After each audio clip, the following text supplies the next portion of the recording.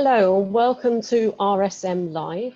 This is our third episode of the COVID-19 series. It's for health professionals and it's by health professionals. I'm Claire Bayntun. I am trustee and vice president-elect of the Royal Society of Medicine, and I'm a consultant in global public health, working at London School of Hygiene, Tropical Medicine and Public Health England. I invite you today to use the question and answer function down at the bottom of your screen, and please do upvote questions that you think are of particular interest that you would like to pose to our guest today. And for those of you who are on Twitter, we are on hashtag RSM Live, so to join the conversation there. Now, for our third episode in this series, it's with great pleasure that I would like to introduce you to Professor Hugh Montgomery. Hugh is Professor of Intensive Care at the University of College London. He is a consultant intensivist and he is Director of Research and Innovation at the Whittington Hospital, as well as the head of the Centre for Human Health and Performance at UCL.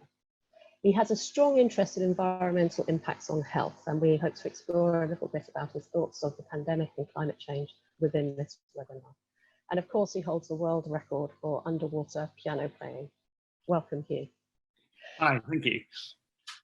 So Hugh, we have had the opportunity to speak with some of our colleagues on the front line, and the kind of themes that we have been getting for today's is identified along the lines of management of cases, the health impacts of the virus, and of course the impacts on health professionals themselves, and looking to the future. So if we could start by exploring management of cases.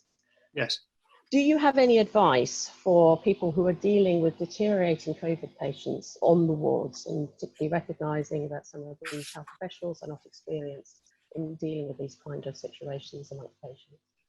Yes, so thank you. And there are no right answers yet, it's fair to say.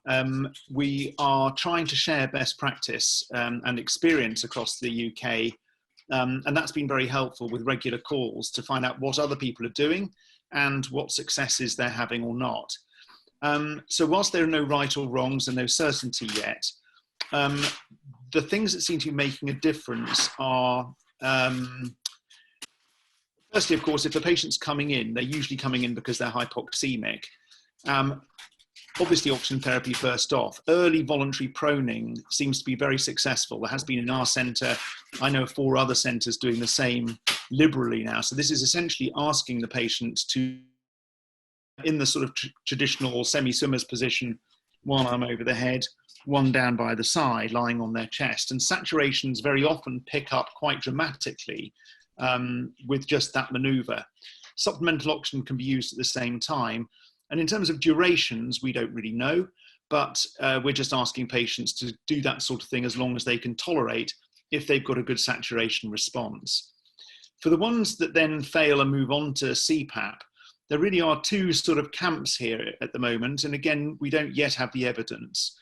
The story we got originally was don't go for long CPAP, people just collapse in a heap, then you have to tube them and they've got patient-induced lung injury from these very high respiratory work rates that we're seeing with these patients.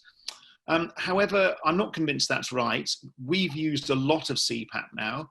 UCLH have used a lot of CPAP, and I know Lewisham, Guildford, a bunch of others have too.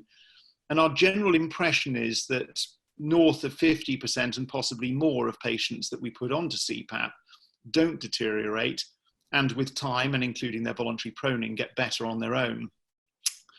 The ones that don't is the tricky part, and I don't have a right answer for that. I've certainly had a couple of cases where I thought they were doing okay and they died very suddenly or declined very suddenly and got intubated, and then the lung ventilation was exceedingly difficult. But whether that was the natural history of the disease or whether it was the fact that I'd made things worse by leaving them, I don't know. But it's certainly, I think, partly a Mark 1 eyeball thing. If you're on the CPAP, I'm less concerned by how much supplemental oxygen requiring than the work rates. If people are still breathing at 55 breaths a minute, tidal volumes of 940, 950, and it's not settling, then those are the ones that we're tending to intubate a bit more early. But I know others are doing differently. St Thomas's has a much earlier ventilation threshold than we do. So in summary, supplemental oxygen, early voluntary proning, and see if you've got a response. That might save you time. Progression to CPAP, and then watch the clinical situation with a view to early intubation if they're not responding from that. That's the current feeling. Worth saying that one other issue that's just occurring to us, we don't yet know, and that's the issue of anticoagulation. These people are massively procoagulant, as you know. You try to put an art line in, it often clots. The filters, the hemofilters are clotting almost hourly. Some of this is clearly a vascular problem in the lung, and it's probably a big VQ mismatch and physiological dead space problem. And the question really is whether one could prevent that with anticoagulation. The trials haven't been done.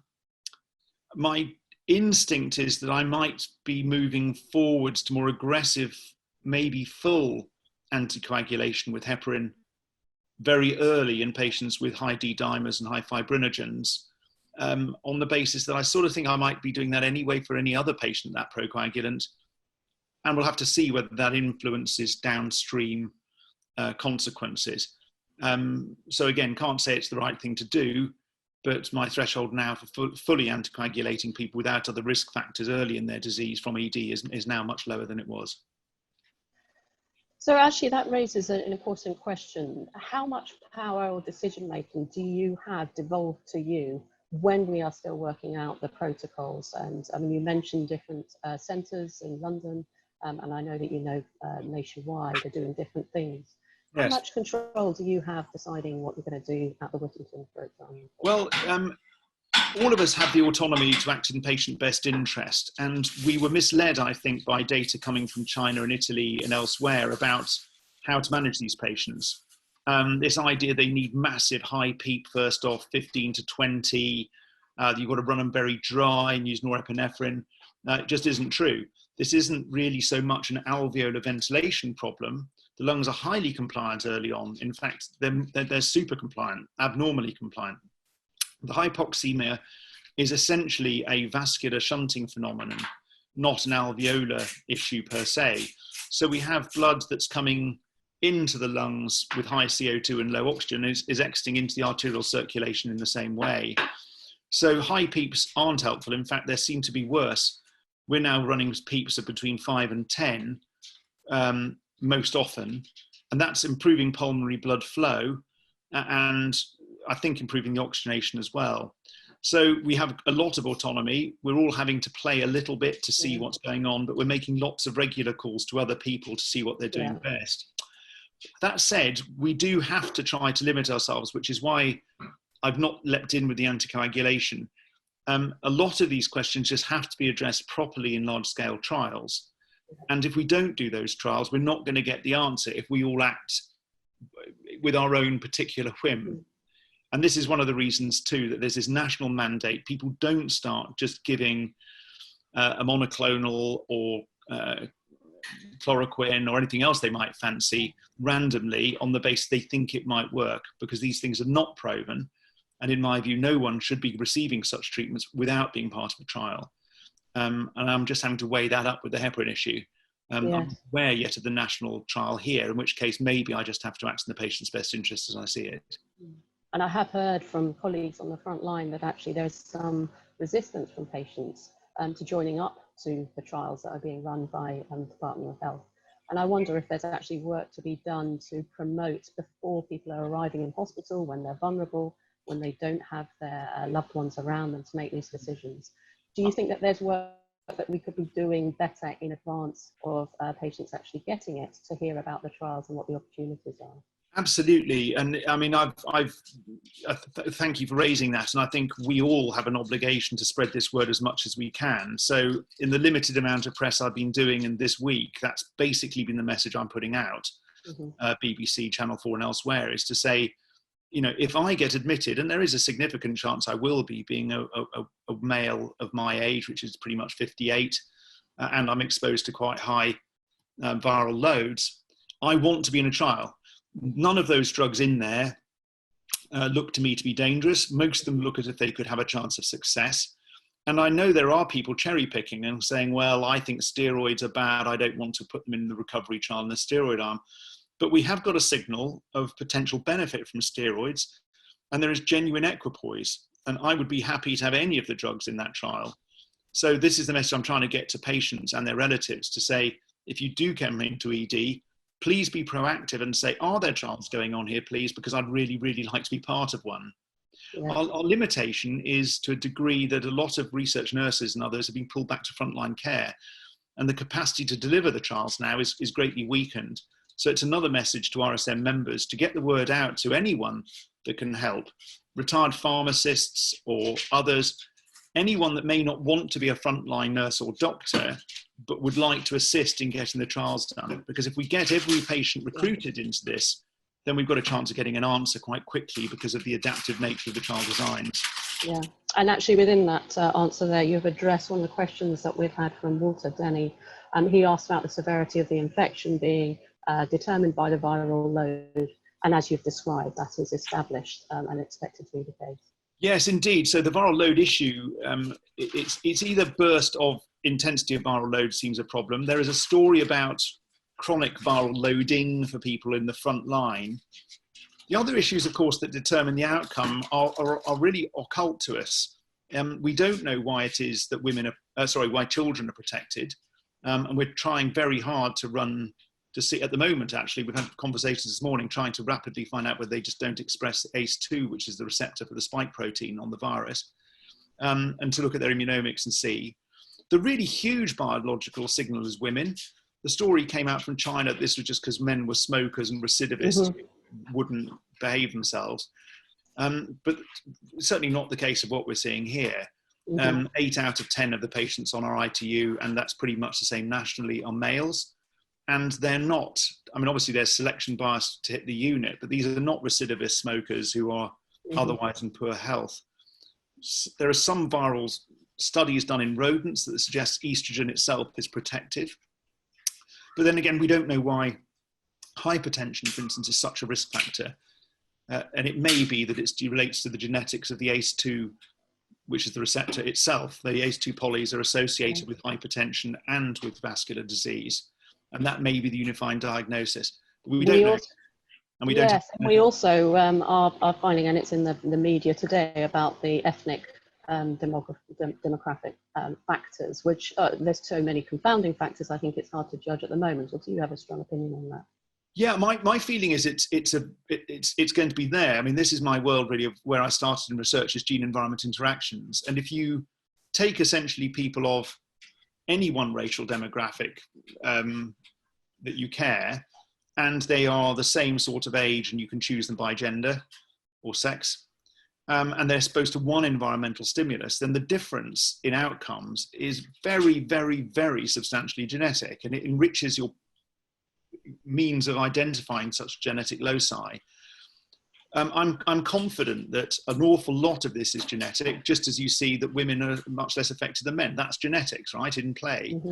And I think it will be there. My instinct, if I had to go for things, I suspect it will be polygenic, but I really have to think that the renin-angiotensin system, which was my world before, plays an important role. We know it regulates vascular responses, immune responses, fibroproliferation. We know that ACE genotype on its own for conventional ARDS, low ACE expressing people have a 5-fold reduction in mortality. In this case, we don't know whether the same will play out. Is this low ACE will be beneficial for the same reason, or is it actually a risk factor because it's driving up tissue ACE2 expression, or is it beneficial because it's driving up circulating ACE2 that's mopping up the virus? And we need the genetics urgently for this. Yes. I've been unable to get it from China. We're trying to run it in England at the moment. Yes, and I think, hopefully with our CMO with a particular background in research and strengths, we will be performing some strong trials here in the UK. Absolutely. I want to move you on because a lot of our audience won't be so technical in terms of their knowledge and interests. But I am curious about, given the fact that we are essentially heading into a period where we won't have sufficient ventilation and indeed the CPAP things coming through. Yeah. Have you any suggestions of more innovative approaches coming from other countries or that we could develop here? Should we need to, or do you think it's too early to even think about that? No, it's important. So there are, if we're thinking about the ventilation issue itself, you're right, there are two particular problems. The first is the CPAP itself. And the CPAP machines can use flow rates of anywhere in the range of 40 to 60 litres a minute to an awful lot less. And the problem is, of course, not that of supply.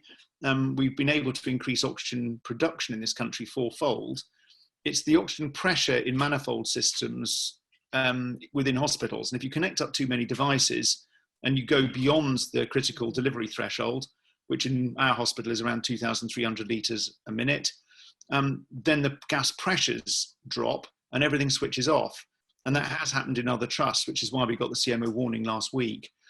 So the race is on to develop low flow CPAP circuits. We have developed one. It's been a rush job, and we finished the first prototype yesterday night, working with the diving industry using rebreather circuits. So basically using the pressure driven from compressors in a sealed circuit with an ordinary valve, and a CO2 scrubber, as you would in having a commercial or military rebreathing circuit. That means we'll be able to run that without taking wall pressure, using cylinders and running that at 3 litres a minute. And if we can get that to production quickly, that will make, I think, a very, very big difference to CPAP opportunity. The problem with ventilation is a nightmare, because we have run out of clever ventilators, and so is everyone else, which means that you go onto an anaesthetic machine. And I'm not a full-time anaesthetist at all. I did 6 months for my sins a long time ago. And anaesthetic machines quite clearly are very good at blowing air in an anaesthetic vapour and in and out of a patient, but they are absolutely the wrong machines for patients with this level of complex physiology. And it's a real challenge to us at the minute. Furthermore, we can't wean anyone off them. So your point is well made. If we're going to do this right, not only do we need more technology, but we need drugs and other interventions that will rapidly hasten resolution of this disease. And we currently don't have them. It takes us back to our trial conversation. Yes, and indeed, you know, the relevance of this for future countries who are yet to have the pandemic hit them, and the resources that they are struggling with, or limited resources. I have there's a question here, and I'm going to combine it. So one of my questions that I had received earlier from the frontline was, what are the known impacts on cognition for post-intubation? So are we going to be left with people with some impacts from having been through this, which are not just related to the impacts on lungs and otherwise, but then their cognition? And it's a slightly different question, but if you forgive me for putting the two together, a query about ITU and post-traumatic PTSD syndrome, in regard to particularly being very bright and noisy within the ITU departments. Is there anything that we can do? Yeah, so those two go very well together, and whoever raised those questions, spot on. This is something we were aiming to do in our 50th year of the Intensive Care Society this year, is to humanise ITUs. And it's a subject I've written about extensively, which is, if you look at the manuals published by various military over the years about how to break people psychologically, there are 20 things you can do to break someone, and we do every single one of them on intensive care, not for the purpose of torture, but because it's inevitable, or rather it is the way it is.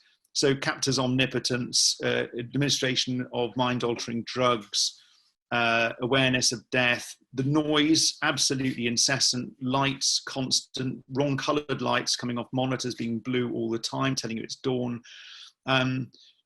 We know that the majority, the majority of patients who have emergency admissions of this sort will have significant psychological problems after discharge. And that's around 82 to 84% of people will have significant anxiety, PTSD, flashbacks, depression or more.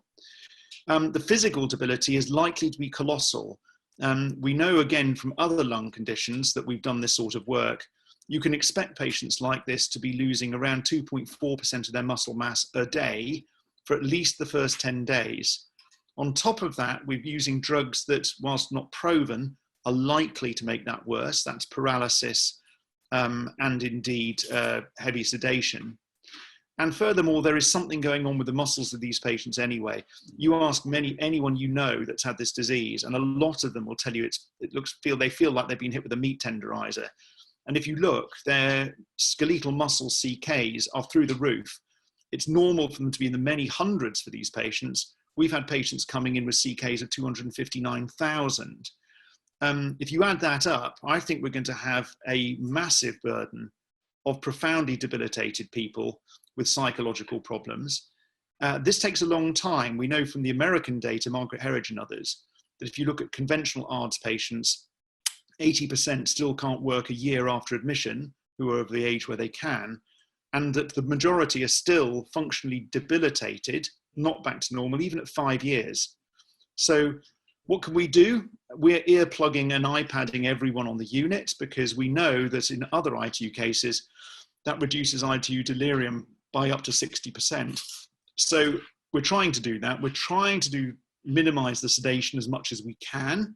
And we're trying to get trackies in a bit earlier so we can reduce sedation quickly. But for the patients we have who are conscious on the unit, that in itself is having problems. We've had a few at the edge on CPAP about to get ventilated, and they're looking at carnage around them and death. And they are frankly terrified, quite rightly. So both points exceedingly well made. This is going to be a very big burden. And we have a fundraise going on in the ICS at the moment to try to get 500,000 or 1 million in quite quickly, because we know that they will need support, as will our staff. This has been absolutely brutal to our nursing staff. I think that's one of my key questions, actually. What do you think those on the front line need? They need reassurance and support, because there was a lot of myth going around about what worked and what didn't. And of course, we were in early stages, so it wasn't surprising that advice changed often by the day. But that led to a feeling of insecurity amongst people, of saying, well, 1 minute I'm allowed within 2 meters of the head of the bed. The next minute I've got to be in full PPE if I'm in the same ward. I think that's now settling down and we're in work patterns. I think people need to know that they're loved. I think there's a really important part, which we're all good at, I think, in the NHS, of making sure you let your team know how much you love them and how much you respect them, and try to make the small gestures as well. We're not good at it, and often there isn't time, but at least try to at least say to occasional nurses, if I've got a window, just to say, look, do you want to go off and have a coffee? And I'll try and be a nurse for 20 minutes. We do need to make it for each other. Yeah, this area is topical. We're thinking about at the RSM, how we can support those on the front lines of this, so beyond just those in hospital trusts, as we emerge perhaps from the initial wave and going forward. And getting people together and to be able to process and do sense making together seems an important area for us to do. Hugh, we are running out of time, but I do want to just bring in your expertise and interests on climate change and how we may benefit from this tragedy that is evolving. But what do you see for the future that we can emerge differently for sustainability for this planet? It's a good point. And the big question is whether we can. We've had this binary flip now into low carbon living. The air is now clean. I don't taste diesel when I'm cycling to the hospital, and I can see across London from the hospital window in a way I never could before. This outbreak is because we chop down rainforests, we treat wildlife as if it's a commodity, and we kettle pangolins and bats with dogs, chickens, and God knows what else. We then fly all around the world, giving ourselves DVTs, polluting the planet. And that's got to change. It's got to change. And it saddens me that we know that we're facing a collapse of whole human civilization, if not our species, within the next 80 so years. And we can suddenly find the money when it comes to coronavirus, but we couldn't have found this money for climate change. If this amount of money that's been dumped on coronavirus been dumped on climate change in the last few years, the problem would largely be over. So we need people to refocus when this is over, to not just breathe a sigh of relief, not to go to World 1.1 and just go, well, let's stimulate the economy by giving everyone £10 flights, but to try to learn the lessons that if we abuse our planet and our environment, this is what we get. Remember, we had Australia on fire and California before, and the floods in Indonesia. We need to change the way we live now and harvest the best of what's changed, a structure of society that cares for one another and wanting and using less, and not to flip straight back into where we were before. Because as that old Einstein thing goes, you know, if you always do what you've always done, you always get what you always got. And I personally don't want any more of this. And this gives us a chance to do things radically different. And we need the advocates there to be thinking and talking and getting those messages out. And Hugh, you are one of those. So thank you. And so I must bring today to a close. I want to share with the audience here, there will be a recording of this webinar made available, and then it will come live in about the next 48 hours for you to watch free at any time. And there's a survey following this webinar that will come to you, and I please do invite that you share with us what you want to hear from this series going forward. We would invite those who are interested in membership to join. We've got a rich range of digital resources available, and we value your support for our work during this outbreak and beyond to the future. And so it's my pleasure to thank you, Hugh, for your time here, for your precious time sharing with our audience today your insights. And may I wish you and all listening a very rewarding Easter weekend ahead. Stay safe. Thank you. Bye-bye.